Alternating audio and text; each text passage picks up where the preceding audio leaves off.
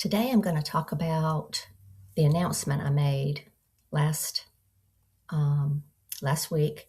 It was during the Fasting Friday live that I did, and I want to talk about from a perspective of what we're healing from as people pleasers. So, for those who haven't seen it, what happened was last Friday I was guided by Source. It came in that I was being led to start being a breatharian.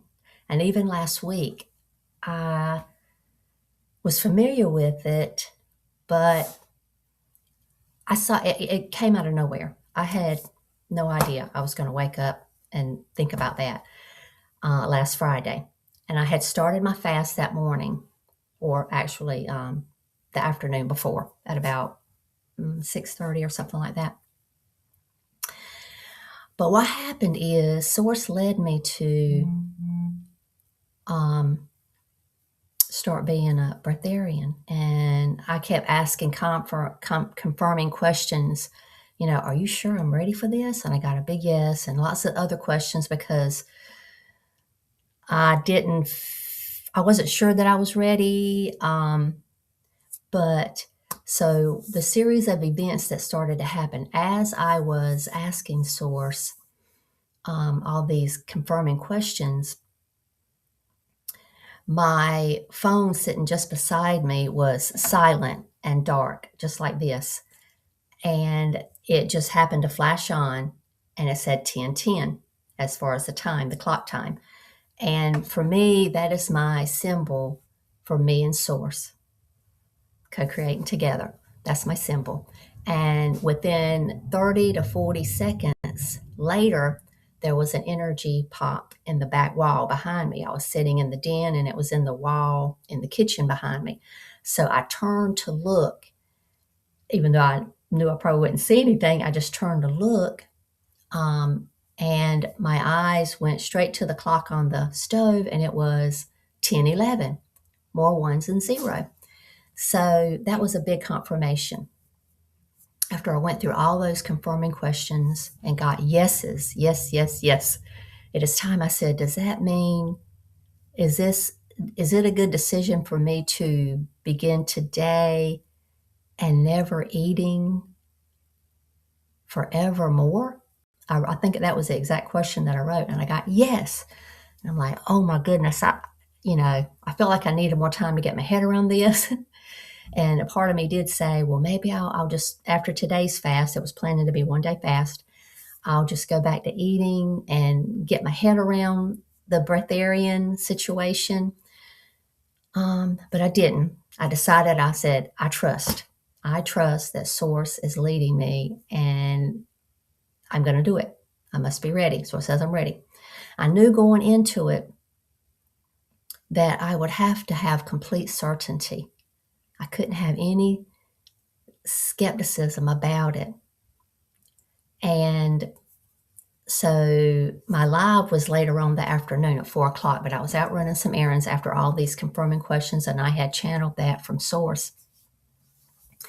And I got a text, those texts that you get from, I think they're called scammers. Somehow it's a scam, but somebody somehow gets your cell number and they text you, and they ask you a question or say something as if they've been talking to you every day for 10 years. And I got one of those texts.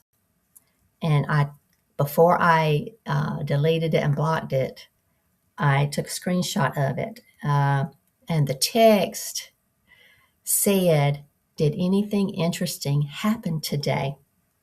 And I'm going to blow it up so you can see it. This is my evidence that this really happened. And this was just an hour or so after. Did anything interesting happen today?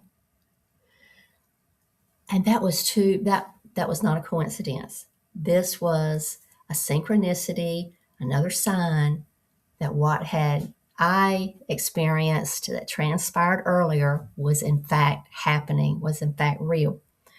So I also asked the question, is this good for me to just keep under wraps for right now. I don't need to tell anybody about this. And I got a big no. I got, you need to announce it on this afternoon's live. So I did, and I had that little bit of apprehension behind, on the back burner.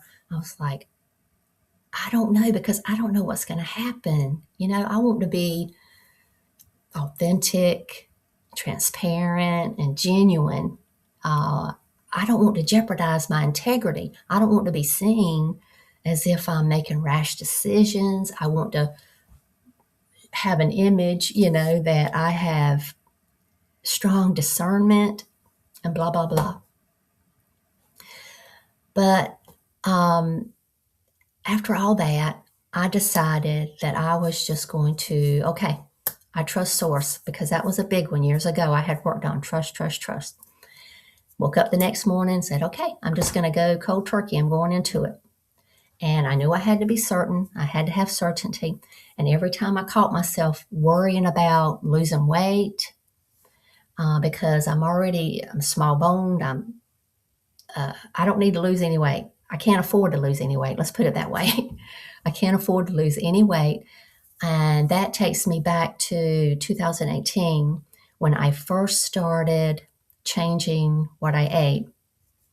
I drastically changed my diet in 2018, and I lost, estimating like down from 140-ish down to 109 pounds. I never even knew it until I went to the doctor, the foot doctor, for something minor. And she took one look at me, because she knew me. And she said, I need to weigh you. And that's when I found out I then weighed 109 pounds. I was underweight. I went home and looked in the mirror, and my body looked malnourished. And I had no idea. I was so into the light. I was so into A Course in Miracles and knowing that we are not our bodies. And what it made me realize is that I had been living the way Jesus talked about, as far as, what was the thing that he said? Being in the world, but not of it. That's what came flooding in. And so I hadn't even noticed that I was so underweight. So at that point, I said, okay, I need to gain some weight. And it was hard. It was hard. I stayed on my special diet, trying to eat just a lot of raw vegetables and fruit. Not 100%, but it was still pretty good. I didn't eat junk food. I didn't eat processed foods at that time. So it was kind of hard for me to gain, but I picked up another couple pounds. And the interesting, just little fun fact I want to throw in here was, ever since that time, it's been 7 years since I gained that weight back, a couple pounds. And every time I went to the doctor's office, and I went quite a bit, at least a few times a year, because I had ear surgery, I had a rotator cuff injury, urgent care visits, for whatever, COVID, whatever, and things like that. And every time I went into the office, they would weigh, no matter if I was a follow-up or what, they would weigh me. Every time I weighed 111 pounds, 111, every time for 7 years. And in that, I felt that was auspicious somehow. I mean, it would fluctuate by ounces, but it stayed at 111 point something the whole 7 years. Okay, so first of all, going back to the shift into breatharian, being a breatharian, every time I found myself being skeptical, okay, I'm worried about losing weight. I wanted you to see the emphasis on the losing the weight part, because that's important. Every time I would have that, I would be aware. I say, okay, that is something that I would be worried about, but I trust Source. I trust. Source has this under control. Everything will be fine. And then I even had this little bit of slight worry in the back of my head, the extreme types of things, the extreme worrying. Oh no, what if I put myself in the hospital and something happens to me and I can't take care of my daughter? Things like that, And I was like, Tina, You are over worrying. Just keep going. Everything will be fine. You will be led by source as to what to do next. And let me check real here. Okay, the other one that comes back to the people pleasing patterns that were a result of our childhood trauma, I did have a bit of, I'm going to worry about what people think, right? If I have to end up coming back and saying, I was not able to finish, I was not able to stay a breatharian for whatever reason. I wanted to be dependable. And that's another people pleaser pattern, that we want to put that image out there. We always feel like we have to be perfect. That's a big one. So on the third day, I woke up that morning. I said, okay. I was I didn't have any really strong temptation to eat. Little things would happen. I would open the fridge to get my puppy's dog food out, and I would see all this food that I had just stocked up on. And, I would say, well, I guess I got to throw that out, be just a little disappointed and stuff like that, and I would be like, now I won't be able to enjoy, going out to eat with my friends, little things like that. I didn't make a big deal of it. I wasn't getting upset, crying or anything yet. But that's kind of how all the things I was thinking. But that was all part of the skepticism that I knew could not be a part of this plan. Any little bit of skepticism would kick me out of being able to be a breatharian, because I do have a lot of light coming in through my crown, and I can feel it. And it was also confirmed by a past private reading that I had. And they came through without me even asking about it. They came through and said that. They say, you do have a lot of light coming in through your crown. So that was, a sign that maybe I was ready to be a breatharian. But I never had time to get my head around it. I didn't see it coming when Source dropped that bomb. So then on the third day, I woke up. I said, okay, I'm still going strong. Nothing but water, lots and lots of water.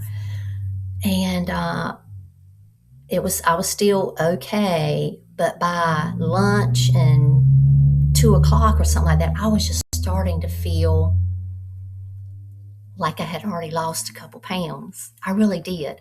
It's like I got on baggy shirt on now, but very small anyway. And my stomach was just caved in. My whole front, it's like my ribs, everything behind my ribs, it just seemed to be sucked in. And I thought, oh, I'm losing weight. So here I was being skeptical, worrying, fear. I was in that fear. And so I started meditating, got quiet, and I know how to not worry. I know how to trust. But after a few minutes of meditation, I felt guided to start asking Source some questions. And one question led to another. And then I asked the question, is it a good decision for me to continue on this breatharian path? And I got no. And immediately I was like frustrated. I was like, Source, you're contradicting yourself. Why did you tell me to do that? And I was peeved.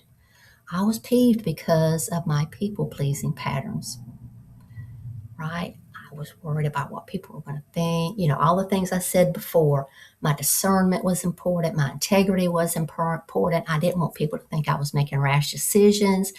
I think things out, okay? If anything, it's the other extreme. I used to think too long and put too much analysis into things.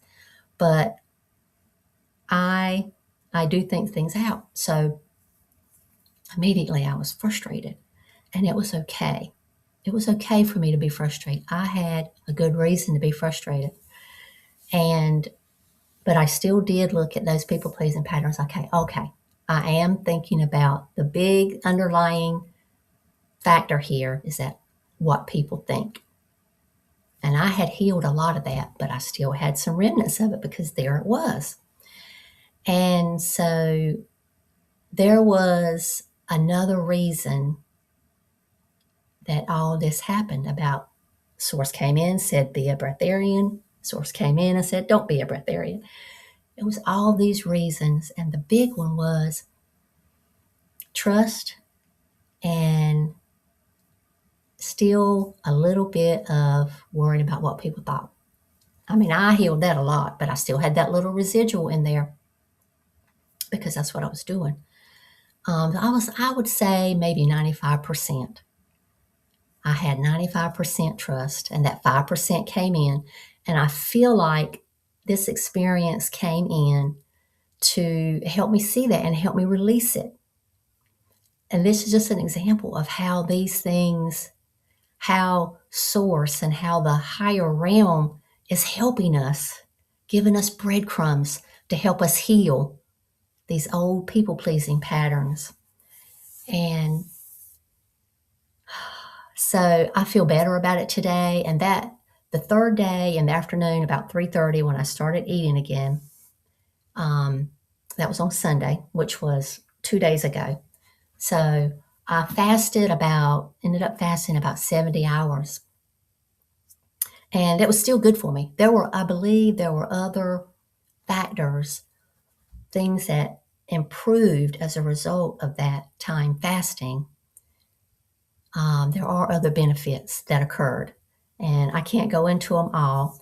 But I wanted to share the portion related to the trust and the people pleasing patterns. It's time. It's time for us to let go of our old ways of being. You probably heard on other channels people talking about that big energy shift that's happening now. And it is time for us to get rid of those old patterns. Most of you have probably already started. Most of you are probably already aware that you want to do that. And just keep going. Just keep going. Always be gentle with yourself. But it is time. If you haven't started already, it is time. And keep up your diligence. Keep up your intention to heal from all of those old patterns that hold us back.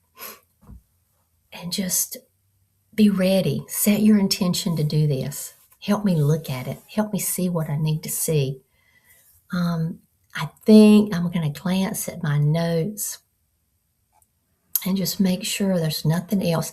Oh, okay, there was another thing about an old pattern as a result of childhood trauma that I wanted to bring up. For me, as a result of my childhood trauma, I was a perfectionist, and I feel like that could be a common theme, a common trait that our condition that a lot of people pleasers pick up is also being a perfectionist, because if we go through such consistent, profound emotional neglect and abuse our whole childhood, we probably don't get a sense of belonging. I didn't.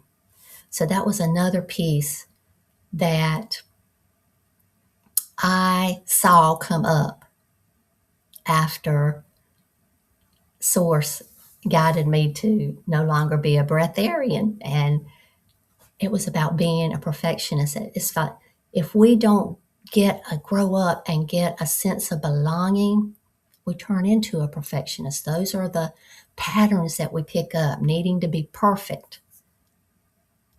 If people grow up and they don't have that consistent trauma, this consistent emotional neglect and abuse, then they're going to feel like they belong in their family, in their communities, and whatnot. But for us, we probably didn't grow up feeling like we belonged. I didn't. And therefore, I was a pretty strong perfectionist. And there was still some of that left. Hopefully, only 5%. Who knows? I'll find out. But so that was another thing around people pleasing and just all those things. I hope this has shed some light on things that you want to heal, things that you might need to heal. And I want to look at this last page of notes to make sure I've covered everything. Okay. Yeah. Okay, I pretty much covered everything that I wanted to cover. So, my Heart Center friends, we love you, we see you, and we honor you. Blessed be. See you again next time.